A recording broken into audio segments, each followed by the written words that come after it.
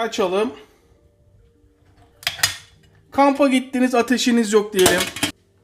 Bir tuvalet kağıdı ya da herhangi bir peçete ama ince olması gerekiyor. Şöyle hafif bir bastır. Bir tane daha. Şöyle hafif bir bastır. Evde mumun yok, elektrikler söndü diyelim.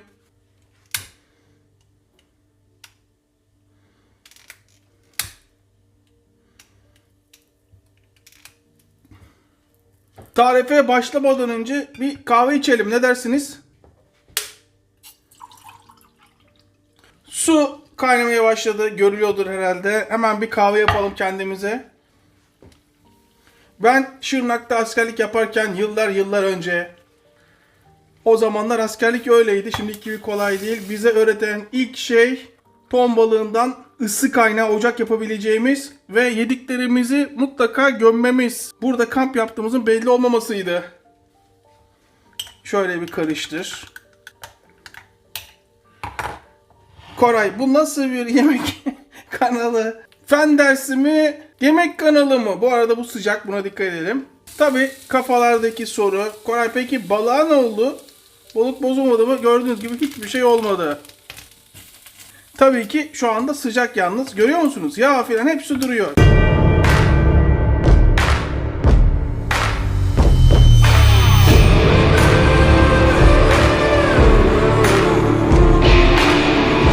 Bir cam kap, lezzetli, kolay bir tarif yapacağız. Yine Barbaros'un isteği bir tarif bulmuş gelmiş yine. Bu ara kanala çalışıyor. Bir yumurta.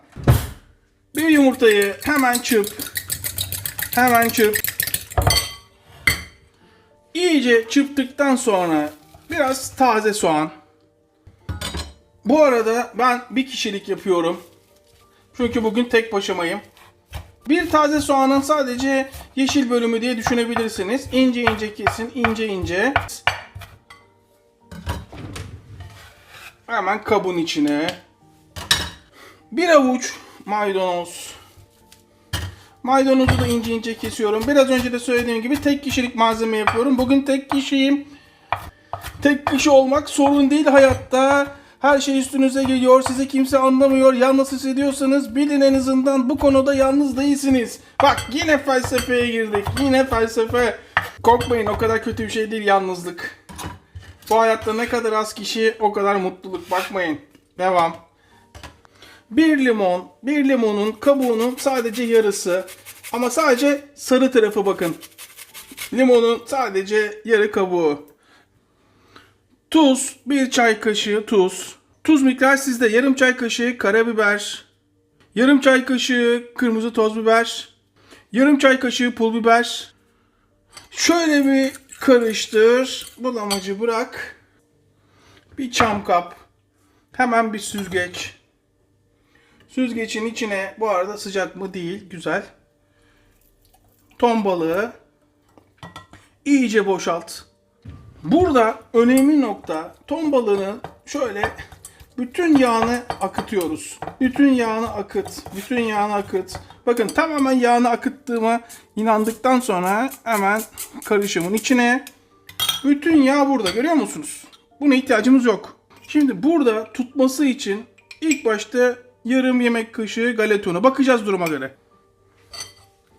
Hemen karıştır. Bakın, kıvamına bakıyorum. Bir yarım kaşık daha istiyor. Yani toplam bir yemek kaşığı galeta unu. Fazla atmayın, lezzetsiz olur. Karıştır. Görüntü bu, görüyor musunuz? Cıvık cıvık değil. Tutar bu artık. Şimdi hemen şöyle el yardımıyla herkesin avucu kadar şeklini ver. Hemen şuraya. Bir tane daha. 4 tane çıkarsa benim için kafi. Şu 2.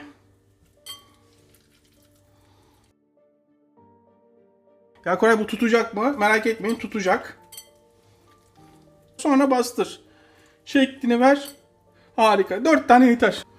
Şöyle bir bakalım. Nasıl oldu? 4 tane bir ton balığından yeterli. Bir kişi için doyurucu olur. Bunu kızartacağız. Bunun yanına müthiş de bir meze yapacağız. Tam ortasına. Hemen kızartmaya. Ocağın altı en güçlü şekilde yanıyor. Hemen kısakla ortanın arasına getiriyorum. Bir teflon tava.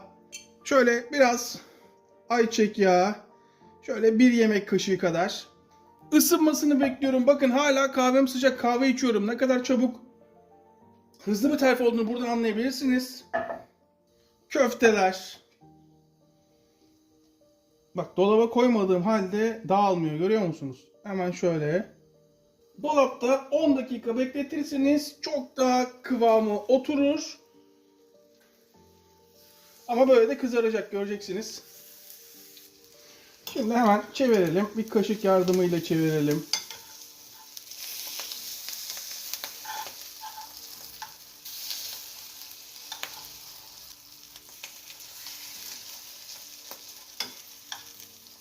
Bir kontrol edelim. Kızarmış mı? Artık rahat. İki tarafı da kızarınca o yumuşaklık gitti. Gördüğünüz gibi iki tarafı da gayet güzel kızarmış. Ocağımızın altını kapatalım. Bir tabak.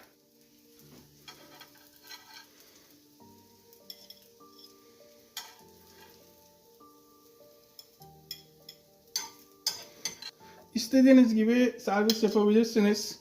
Daha bitmedi. Bunun bir de mezesini yapacağız. Tek başına doyurucu olmaz. Tek kişilik meze yapacağım. Bir büyük patates. Normalde patates var. Patatese tuz. Bu mezeyi küçümsemeyin. Müthiş bir meze yapıyoruz. Bir yemek kaşığı zeytinyağı. Ben hep bir kişilik şu anda yaptığım. O yüzden siz çoğaltabilirsiniz. Yalnız köftenin baharatı oranı, tam tutma oranını müthiş vermişiz. Patatesi iyice ezdiğinize, şöyle tamamen iyice ezdiğinize emin olduktan sonra turşu. Böyle mezelerde ne kadar turşu o kadar lezzet. Tamamen sizin ne kadar sevdiğinizle alakalı. Başlarını kullanmadıktan sonra hemen alalım şunları. Sizden istediğim ince ince. İlk başta ikiye, sonra bir daha ikiye, toplam dörde bölün. Dörde böldükten sonra ne kadar küçük keserseniz bunda lezzetli olur. Ha Koray, ben büyük büyük seviyorum diyorsanız Allah'ın emri değil, onu da yapabilirsiniz. Ya da isterseniz böyle yuvarlak yuvarlak kesebilirsiniz. Hemen mezenin içine. Koray, turşum yok, ne yapacağım? Mezeyi yapmayacaksın, lezzetli olmaz. Şöyle bir buçuk yemek kaşığı tuz. Ama tuz size kalmış, tuzlarınıza girmem. Bir çay kaşığı kırmızı pul biber. Pardon, kırmızı toz biber. Yarım çay kaşığı karabiber.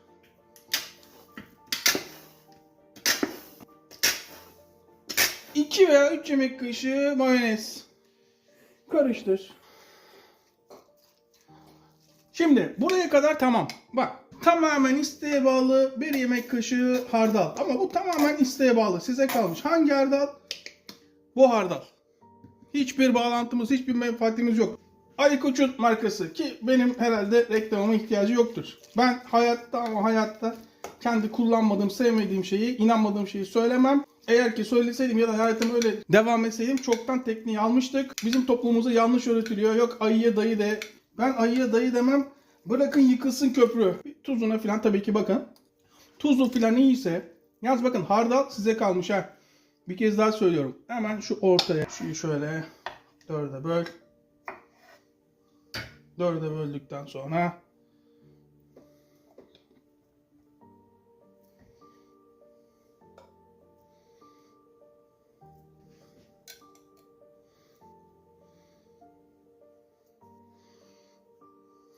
kırmızı pul biber renk versin.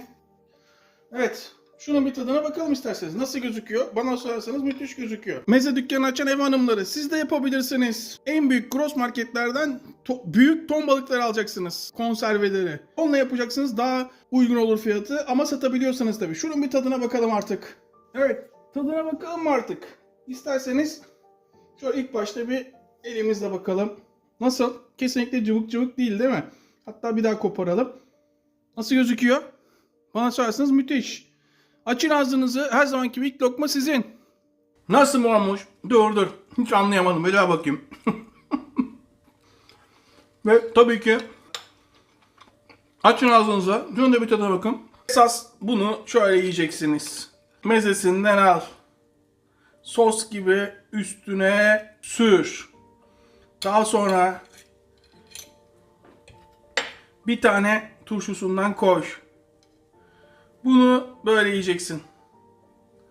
Bunu bu şekilde yiyeceksiniz. Servis yaparken de bu şekilde servis yapacaksınız. Tekli restoranlarda. Şunun bir tadına bir daha bakalım isterseniz. Açın ağzınızı. Ha, bu arada izleyip abone olmayan vicdansızlar, sizi unuttum zannetmeyin. Hiçbir zaman unutmayacağım. Hepimize yine sağlık, tekrardan herkese selamlar.